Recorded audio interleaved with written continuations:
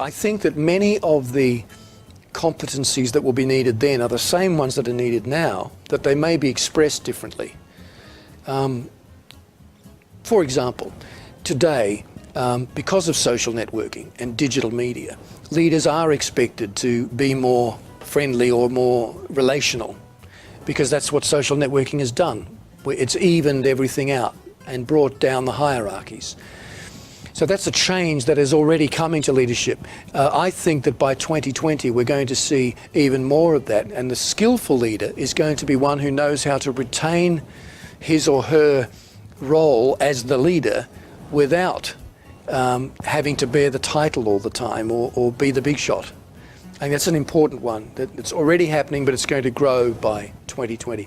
I think one of the other things that needs to be in place by 2020 is an understanding of the wholeness of human life. By that I mean you can't anymore separate someone's work life from their home life completely. The lines are getting blurred now. People take their work home with them. They answer their emails at home. They read the papers, the reports at home. It's just the way the world is moving. So the lines between work and home are sometimes breaking down. Not always a good thing. But over time, leaders will have to address this by being more holistic in their attitude. I'm going to take responsibility for my employees, even when they're not at work. I can't make their decisions for them, I can't raise their families for them, but I can be involved, I can be interested. I can make it easier for them.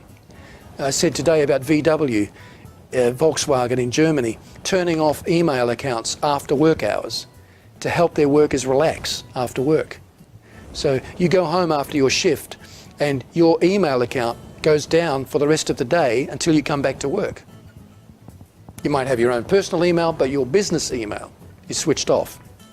VW expects that now because they realise that whole of life is important. If people are having trouble at home and they're anxious and depressed, it will come into the workplace. This is a new thing. That hasn't happened in industry before, since the Industrial Revolution, but it needs to happen by 2020.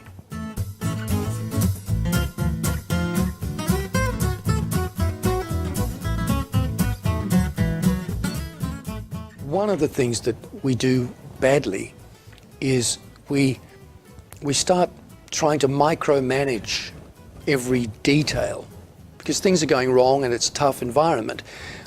Many leaders try to micromanage everything instead of realizing that the people who work for us are looking for something different from us.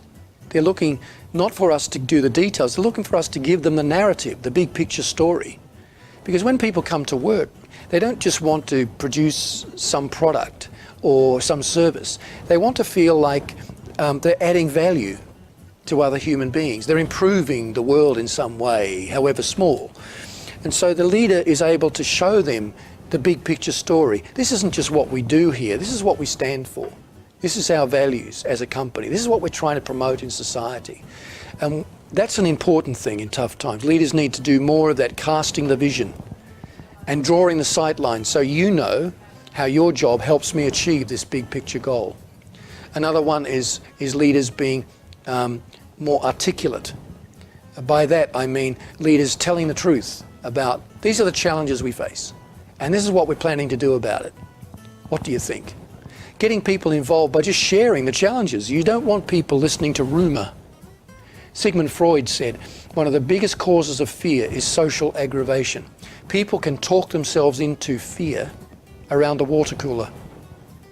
They get together, they talk about how things are going, they hear rumours.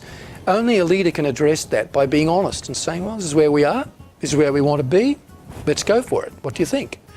And it breaks down some of that anxiety of the unknown.